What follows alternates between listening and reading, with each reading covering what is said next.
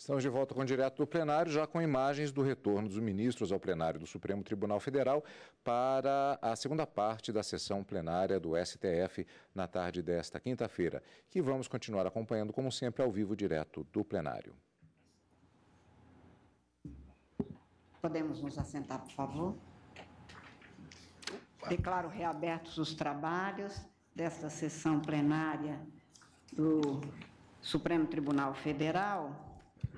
E, senhores ministros, houve ao dar encaminhamento à sessão de hoje, após a solução da questão de ordem do inquérito 4483, havia uma segunda questão de ordem no inquérito 4327. Entretanto, eu fiz o pregão para a continuidade de julgamento da ação direta de inconstitucionalidade cujos votos estou a tomar, a 4439. Eu proponho, no entanto, para terminar, não ficar pendente esta segunda questão de ordem, suspender a tomada de votos na ação direta de constitucionalidade 4439, apenas para apregoar e resolver essa questão, e retorno, na sequência, a esta, em razão da não finalização que poderia se pensar ter ocorrido. E, portanto, suspendo o julgamento da ação direta de inconstitucionalidade 4439 e apregou a questão de ordem no inquérito 4327, procedente do Distrito Federal, de que é relator o senhor ministro Edson Fachin, autor o Ministério Público Federal e investigados Aníbal Ferreira Gomes e outros, e passo a palavra ao eminente ministro. Senhora presidente, eminentes ministros, permito fazer de imediato a referência que esta questão de ordem no inquérito 4327, ela foi suscitada de modo conexo à questão de ordem que este plenário acabou de apreciar, a questão de ordem no inquérito 4483, cujos efeitos do julgamento já se projetam sobre esta segunda, que estava mesmo como item 2 dessa pauta, e que, portanto, entendo, senhora presidente, a perda do objeto desta questão de ordem 4327 em decorrência do julgamento, tal como levado a efeito aqui neste plenário. Então, eu estou expondo, desde logo, sem fazer necessariamente o relato, expondo o prejuízo que decorre e, evidentemente, em decorrência desse prejuízo, caso os eminentes pares também assim o reconheçam, e em decorrência do julgamento da questão de ordem primeira, aquela do inquérito 4483, as providências correlatas serão daí tomadas por esse relator e, por certo, também encaminhadas à presidência. É esta questão inicial que trago a este colegiado. Pois não. De acordo, presidente, de acordo. Eu indago dos senhores ministros se põem de acordo com o encaminhamento do ministro relator. De acordo. Questão de ordem julgada prejudicada, com o encaminhamento a ser feito na forma legal e regimental. Está resolvida a questão. Retomo, portanto, o julgamento da ação direta de constitucionalidade 4439, passando a palavra ao eminente ministro Ricardo Lewandowski para o seu voto. Senhor presidente, inicialmente eu louvo os colegas que me antecederam pelos brilhantes votos que proferiram, especialmente pelo eminente relator, que nos apresentou um estudo que provoca em todos nós profundas reflexões. O tema, de fato, é complexo, suscita emoções, suscita dúvidas, mas creio que todos nós já temos um ponto de vista firmado e que será apresentado de forma fundamentada. Senhor presidente, eu já adianto que vou ousar divergir no substancioso voto do relator e acompanhar a divergência. Eu faço um relatório inicial em que coloco a questão em debate, com os detalhes que lhes são pertinentes. E no meu voto, que vou resumir também para não cansar os pares e respeitar o horário, eu começo assentando que a Constituição brasileira, em harmonia com o mais abalizado entendimento internacional a respeito do tema, especialmente daquele emanado dos julgados da Corte Europeia de Direitos Humanos, situado em Estrasburgo, estabeleceu parâmetros precisos e, por si só, suficientes para garantir o respeito integral aos direitos e interesses de todos quantos frequentam escolas públicas no tocante ao ensino confessional e interconfessional. Tais balizas constam explicitamente do artigo 210, parágrafo 1º de nossa Carta Política, qual dispõe que o ensino religioso de matrícula facultativa constituirá a disciplina dos horários normais das escolas públicas de ensino fundamental. É assim, com efeito, na própria diretriz constitucional, segundo a qual o ensino religioso constitui disciplina facultativa, que reside a solução para a questão posta em julgamento. A facultatividade desse tipo de ensino constitui, segundo a Corte de Estrasburgo, salvaguarda bastante para o respeito ao pluralismo democrático e à liberdade de crença dos alunos e de seus pais quanto ao ensino público religioso, decorrendo de tal garantia diversas implicações práticas que exporei a seguir. Eu me refiro inicialmente ao acórdão Folgueiro et al. Versus Noruega e Mansur Yalçin et al. Versus Turquia. Uma primeira implicação prática é que a dispensa do ensino religioso, o chamado opt-out, pode e deve ser exercida livremente, sem quaisquer constrangimentos aos alunos ou aos seus pais, isto é, sem quaisquer formalidades, sem a necessidade de justificativas ou explicações, e mais, sem que caiba ao Estado deferir ou não a dispensa requerida. Este é o primeiro pressuposto de compatibilidade do ensino confessional e interconfessional com o regime de proteção dos direitos humanos no plano internacional e com a regra constitucional a qual acabei de fazer menção. Como decorrência da facultatividade expressa na Constituição e da consequente proibição de qualquer tipo de coerção no que respeita à frequência às aulas de ensino religioso nas escolas públicas, também não podem ser atribuídas notas aos alunos, aos quais, além disso, deve ser assegurado o direito ao desligamento a qualquer tempo da disciplina, caso nelas tenham se matriculado.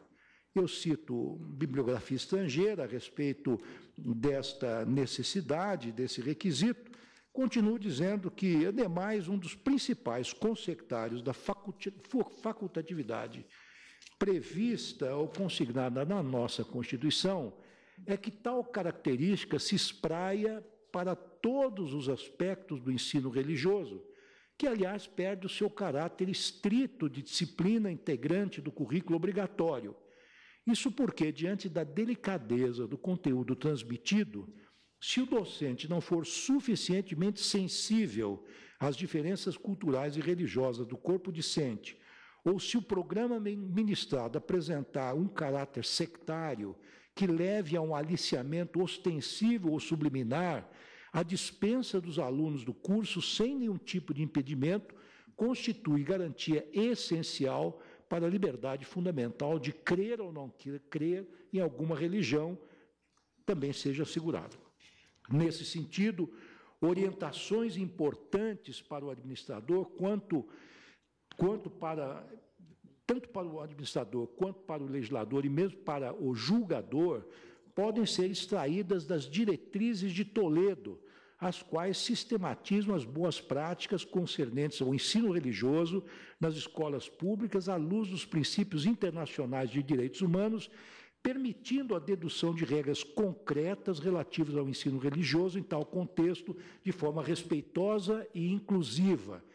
Eu me refiro a um documento importante, que é o seguinte: Toledo Guiding Principles on Teaching About Religion and Belief in Schools. Este é um documento que foi produzido em Varsóvia, na Organization for Security and Cooperation in Europe, Advisory Council of Experts on Freedom of Religion or Belief, documento de 2007. E eu salto estas boas práticas para continuar dizendo que considero importante sublinhar que, a meu sentir, não existe nenhum tipo de incompatibilidade entre democracia e religião no Estado laico. Ao contrário, ambas podem e devem ser parceiras na busca do bem comum, especialmente no desenvolvimento de uma sociedade plural e compreensiva para com as naturais diferenças entre os seus integrantes.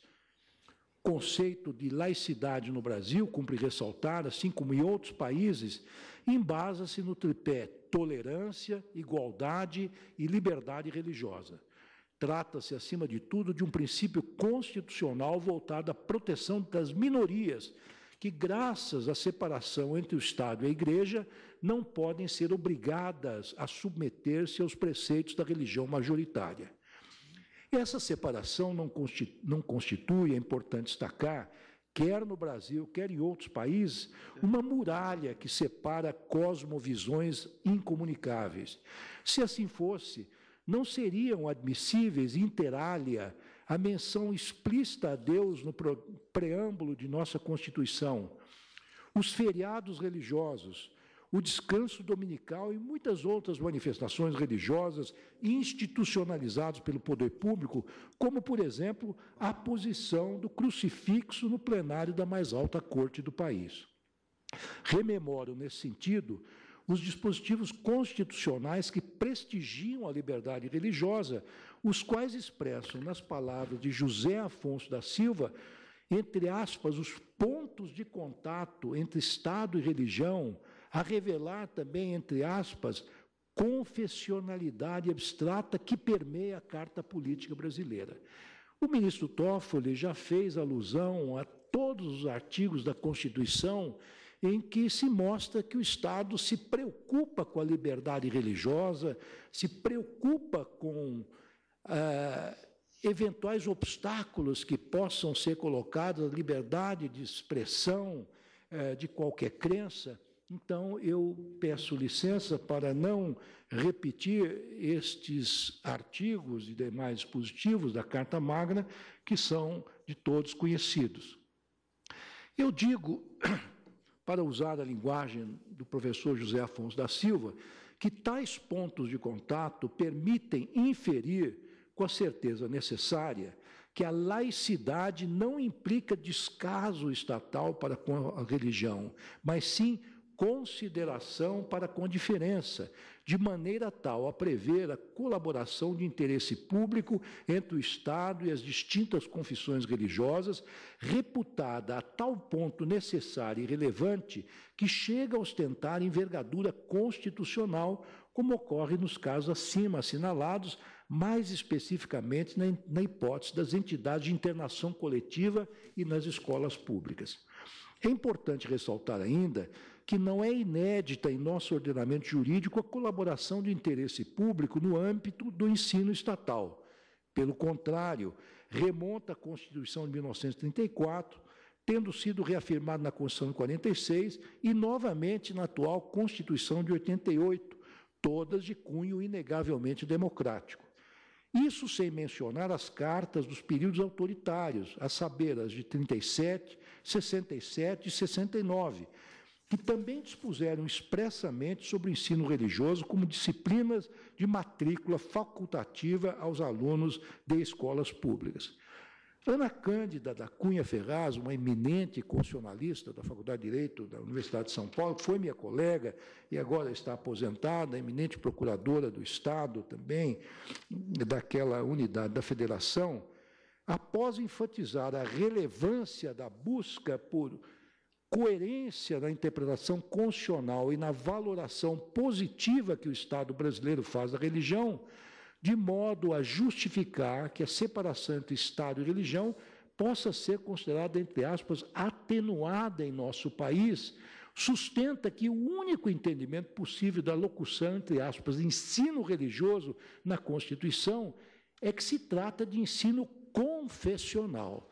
E eu trago aqui um longo texto desta professora ilustre da Faculdade de Direito da Universidade de São Paulo, e que deixo no meu voto e que fica depois à disposição daqueles que têm interesse em lê-lo.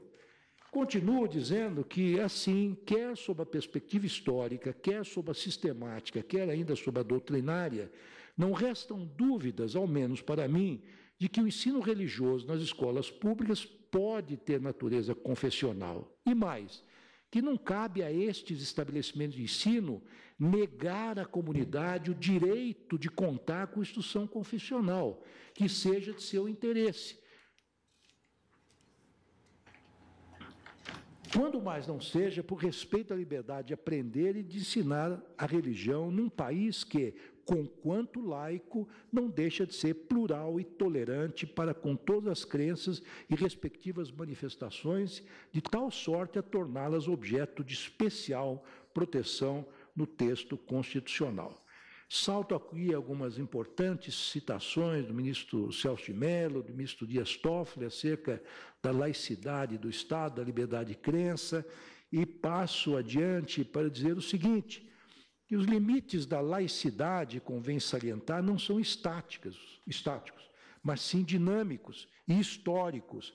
E a pedra de toque dela é a liberdade em sentido amplo, quer dizer, a vedação de o Estado impor determinada religião às pessoas ou impedir que elas professem uma crença de sua livre escolha. De toda sorte, o ensino religioso nas escolas públicas, seja ele confessional ou interconfessional, somente se mostrará legítimo se observar os preceitos de neutralidade aplicáveis, notadamente os que constam dos documentos internacionais que tratam do tema, particularmente do Pacto Internacional sobre Direitos Civis e Políticos e do Pacto Internacional sobre Direitos Econômicos, Sociais e Culturais, ambos de 1966, bem assim da Convenção sobre o Direito da Criança, de 1989, todos firmados no âmbito das Nações Unidas. O importante é que o ensino público, de modo geral, inclusive em matéria de religião, seja ministrado de forma cuidadosa e respeitosa, sem discriminar ou estereotipar os alunos em razão de suas características pessoais ou opções individuais.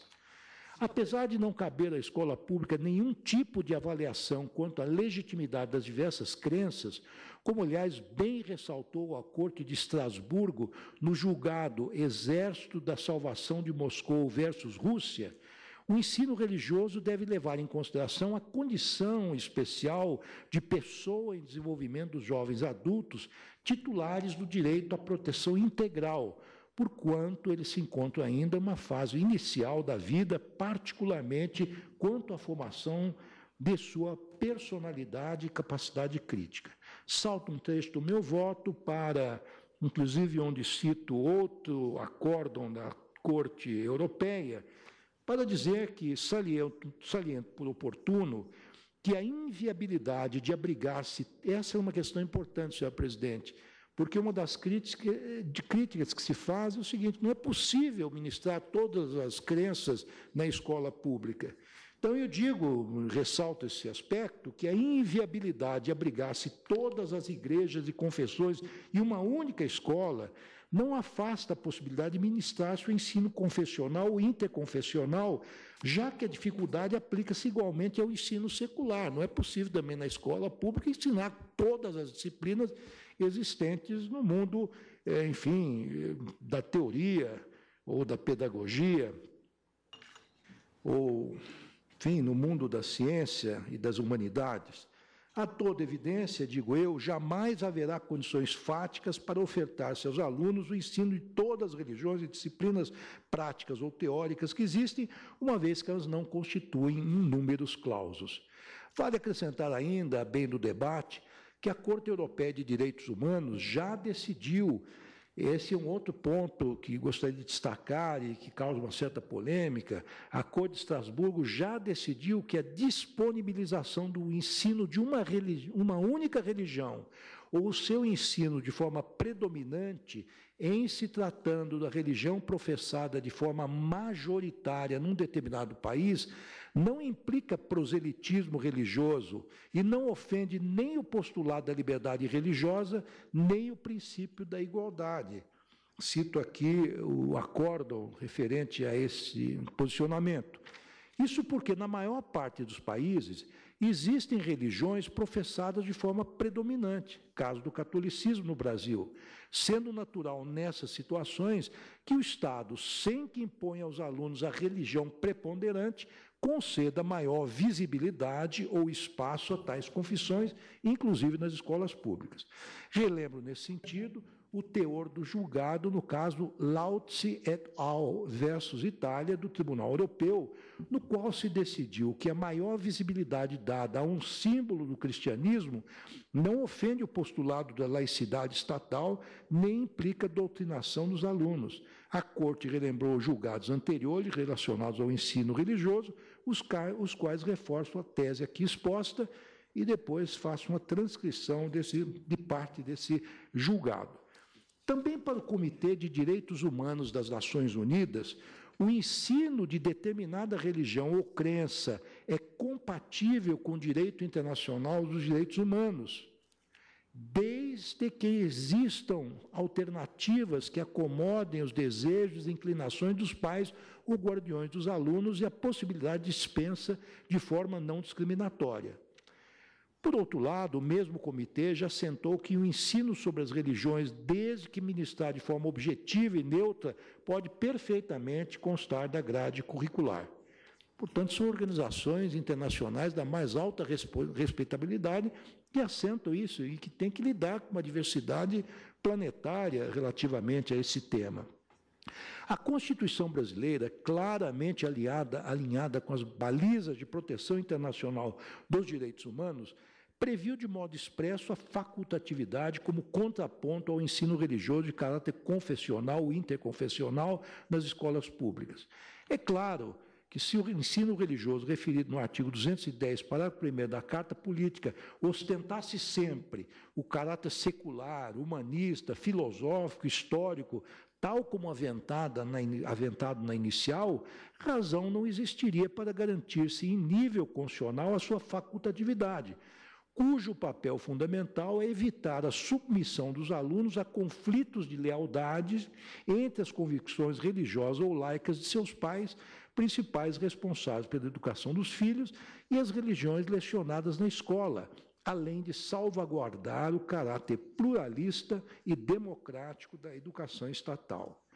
Autorizar o ensino confessional ou interconfessional das escolas públicas, nos termos acima descrito, em nada ofende o dever de neutralidade do Estado, ainda que algumas confissões possam ser predominantes, porque um dos propósitos da educação é justamente fornecer aos alunos o conhecimento necessário à compreensão dos valores e do papel que a religião exerce no mundo.